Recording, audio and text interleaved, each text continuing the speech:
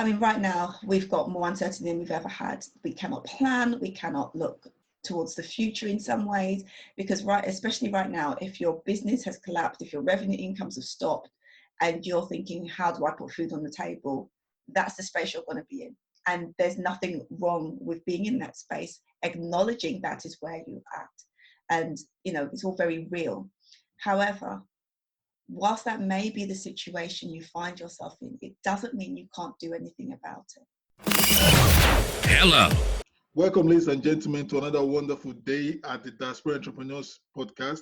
Today, my guest is a recovering overachiever. She has over 20 years of business experience, and she is an accredited NLP coach. In 2013, she was awarded Microsoft and O2 Business Award. In 2015, she was shortlisted for Best Coach at Business Women Award.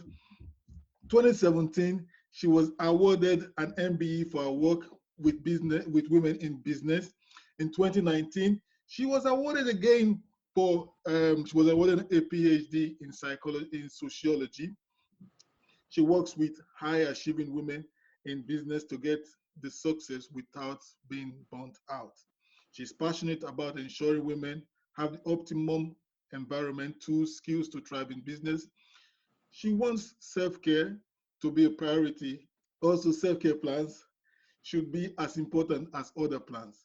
Today, I have the honor of hosting Dr. Yvette Ankrah. She's an MBE.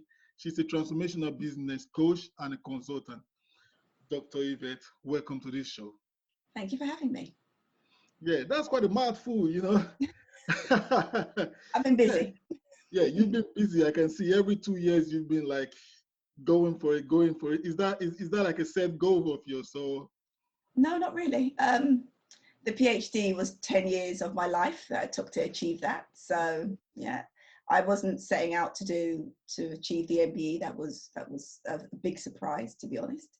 And again with the competitions and things like that, they again were things that I applied for, didn't expect to get, and managed to receive. So yeah. Yeah, there's an interesting word that I used there that is in your bio, and a recovering overachiever. What does that mean? Well, as you can see, I do like studying. I like learning. I like going for it. However, I don't do that in the same way I used to before. My life was much more pushed by the goals and the determination to grind myself into the ground in the process of achieving those goals. That is no longer my focus. So I do believe that we can have success, we can achieve, we can strive, we can move forward, but without doing it from an unhealthy way, without 12, 15-hour days, without it taking the toll on our mental and physical health. So that's why I say I'm a recovering overachiever. I still like to achieve, but I don't need to push as hard as I did before. Yeah, that's great. See, Doctor, today we have this cloud that is going on around this whole crisis. We are in a crisis right now. So We are indeed. And there's so many things that's going on. So from your own perspective or from your experience and as an NLP coach, what is the cause of fear? Well, fear is natural to us as human beings. It protects us. Our body's natural default is to stop us doing anything that could be considered harmful. So it relates to, if you're walking on an edge, it sort of tells you to move back because you might fall, to actually things like pressures and deadlines. We create fear and anxiety within ourselves. So in particular, if there's things going around us that's stressful, it's not that the situation is going to be any less stressful, but what we need to learn how to do is manage how we interact with that. So there is actually no medical definition of stress. And I'm talking about stress because it does relate to that fear and anxiety that we create within ourselves. And it's about how we interact with that situation and what happens when that situation is something that we don't feel that we can control. And some of that is where that fear comes from. So some of it is real. There is a real issue with a disease that you can't see, you can't do anything about, and you are concerned for your own health, the health of your family. That's all very natural. what happens is, if we spend our time focusing on all the things we cannot control, the things we cannot do, we will spend a lot of time sitting in a space where we feel powerless. Wow, yeah, that's great, because your theme of the month, because you are a business coach, a mentor, transformational, at that one, your theme of the month is strength and resilience. So why do people actually, business people actually dwell within this fear space of uncertainty right now? I mean, right now, we've got more uncertainty than we've ever had. We cannot plan, we cannot look towards the future in some ways, because especially right now, if your business has collapsed, if your revenue incomes have stopped, and you're thinking, how do I put food on the table? That's the space you're going to be in. And there's nothing wrong with being in that space, acknowledging that is where you're at. And, it's all very real. However, whilst that may be the situation you find yourself in, it doesn't mean you can't do anything about it. And the difference will be those who start taking action and those who don't. And even before this crisis, you would have business owners who would be operating from that space of fear, that space of, I can't possibly do that. I can't. There's a but. And you can hear the words when they speak, there's blockages in their language. They're putting up barriers to what they can achieve. Right now, it's realistic. There's zero in your bank account, there's still zero in your bank account. However, what are you going to do next? What can you do? That's the question I ask myself in any situation. What can I do? I know all the things I can't, I'm very aware of them. And I'm sure in this situation, you're thinking, okay, there's all this stuff I cannot do. So then stop. What can you do? Part of that may be your personality in terms of how you operate generally. You may be risk adverse. You may not like taking that. But if you're going to be in business and going to be an entrepreneur, at some point, you might need to take some risks. You might need to start stepping up. And that's the whole thing about being an entrepreneur. You step up, you start changing, you start innovating, you start creating. I'm just going to say right now, if you're in that space where there's nothing happening, no money coming in, the first thing you can do, stop any payments coming out that are unnecessary. Call your bank. Fill out every single form that the government is offering you to get some money in. Particularly, I know in the UK, they've just changed what they can give you overnight. So if you were rejected before, get back on the phones and ask again. Great. There's something that you said just now that really piqued my interest. You said blockages in your language. Yes. Yeah. So as a business person, what do you do? How do you? What kind of blockage are you talking about? So using words like but or try. So I'm going to try to make that phone call. I'm going to try. You either do or you don't do. If you start to try, you're already saying that you don't think you're going to achieve it. So some of these things are linked to what I do with the neurolinguistic programming. It's about how your language affects your behavior. So you might hear when you're talking to somebody, excuses, objections, things that they're not going to do. And you can tell by how they speak and what's going to happen with their behavior. So, this is why I say there are some people that you'll hear this all the time, and you'll hear every barrier that they put up to why they're not going to do something. So if they're operating from that space, the outcome will be linked to that. So sometimes it's change your language. It could be, I haven't got a solution yet. It means you don't know right now, but you'll figure it out. You'll find a way. You'll get support to help you. Just adding that yet at the end of the sentence changes the way that happens. Okay, so those are like creative ways for you to change your language. Are there any more creative ways to actually change this blockage and just sweep them away? Can you just sweep the languages away, or you need to gradually? It takes things to work on it. So it's working with someone like myself to talk to you about that, to look at how you operate, look at what's causing it. There's often an underlying cause somewhere.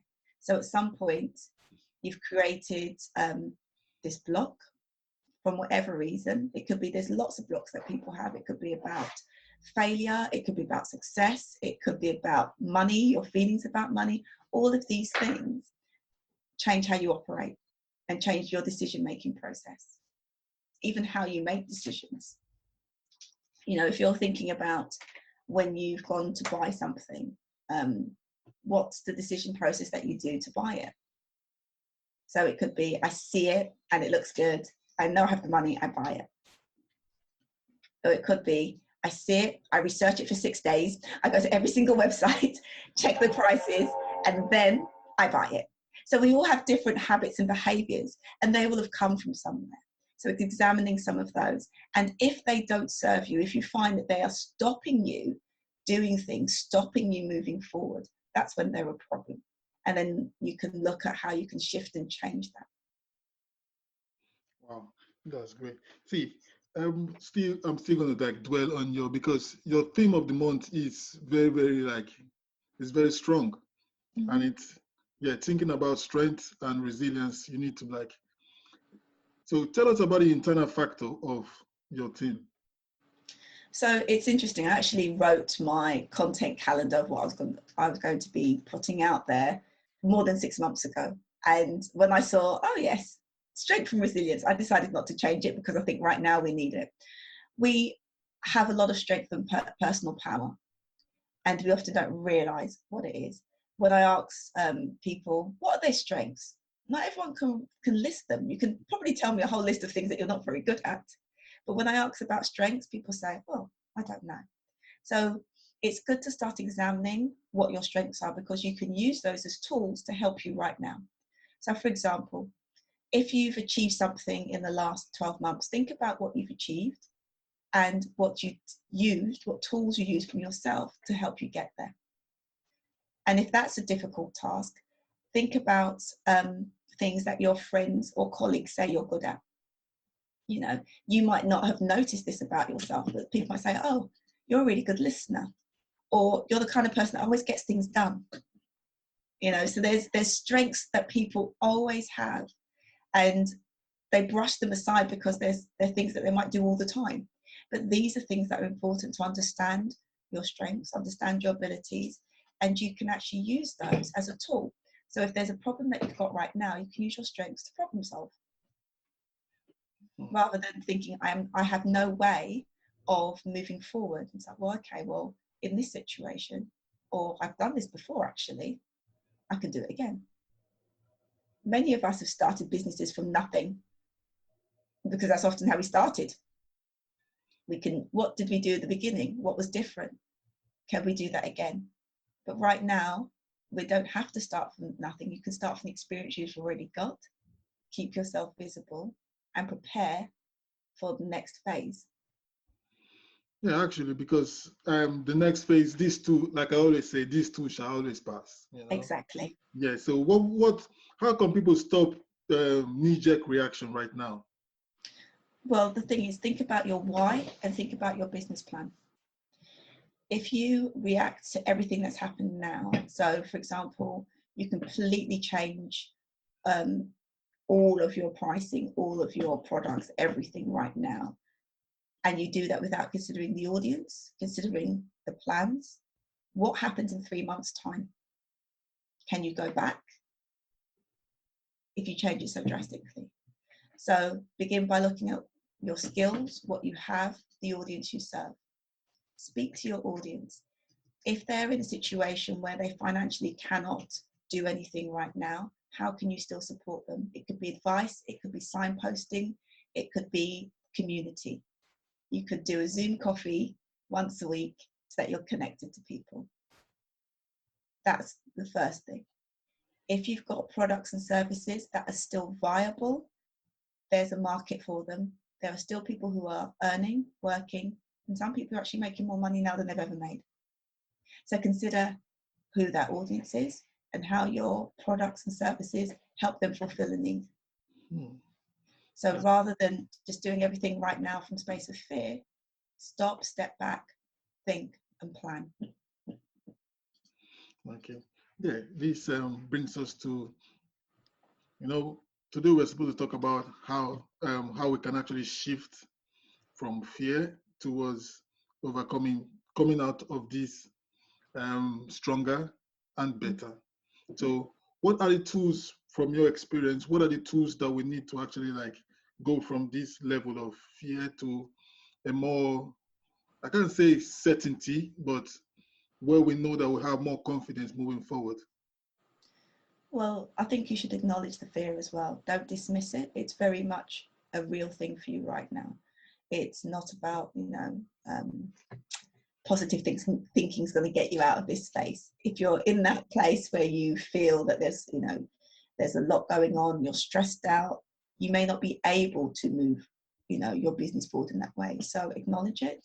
Think about getting support and advice for where you are right now.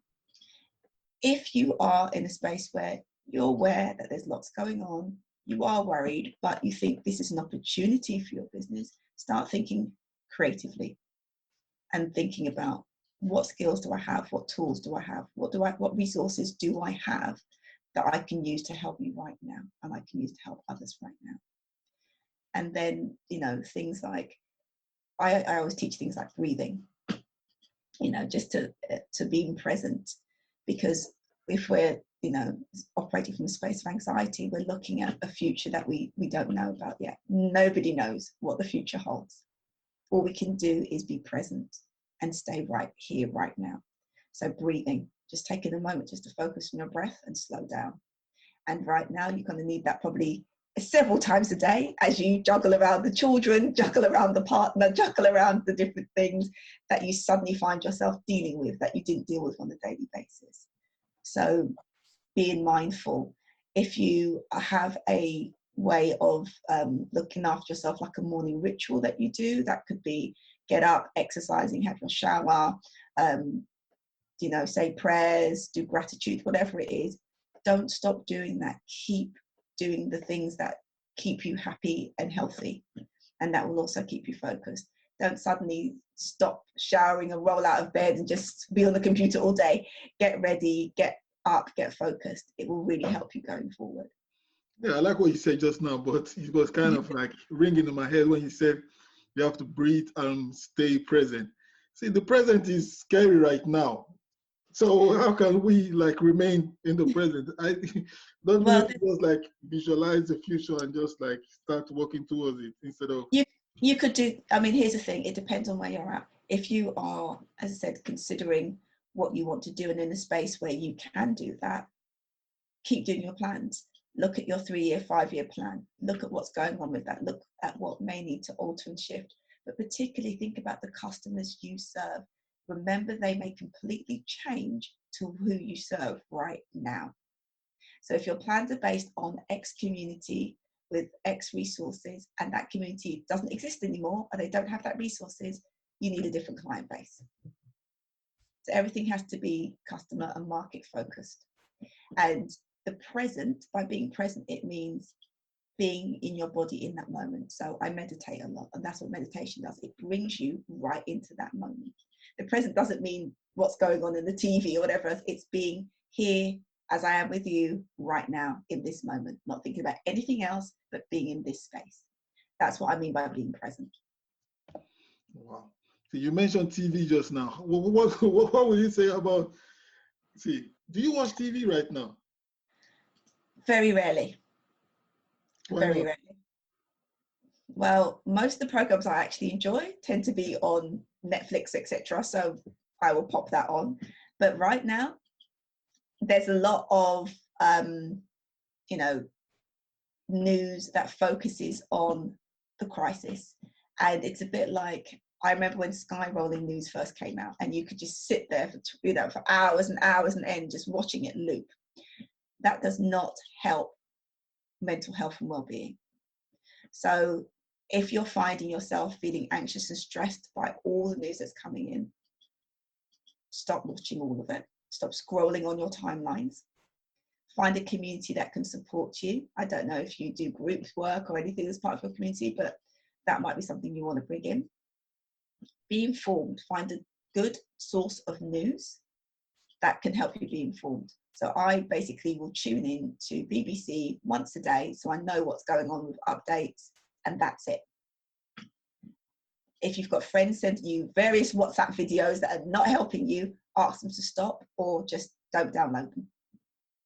Because if you're finding that these things are triggering you and that you're getting more anxious and more upset, they're not helpful.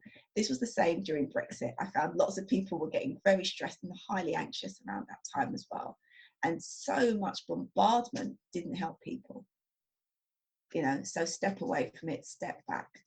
Be informed, but from a good source of news, not from some of the stuff I see flying around on WhatsApp or flying around on the internet. No, speaking of Brexit feels like, whoa, in the grand scheme of things, it doesn't matter right now, Brexit. It's still going on. That's what people have forgotten. There is still other news. It's still going on. Lots of things are still happening across the world. Because Brexit just like took not the back seat, but the far back seat in people's minds. So that's not part of the agenda right now. It's not part of the main news agenda right now. However, I trade as a journalist. The news agenda is very deliberate. So you have to dig deep to find other news. There are people that have positive news. If you actually look at positive news, you can find websites and organizations that are focusing on positive news stories right now.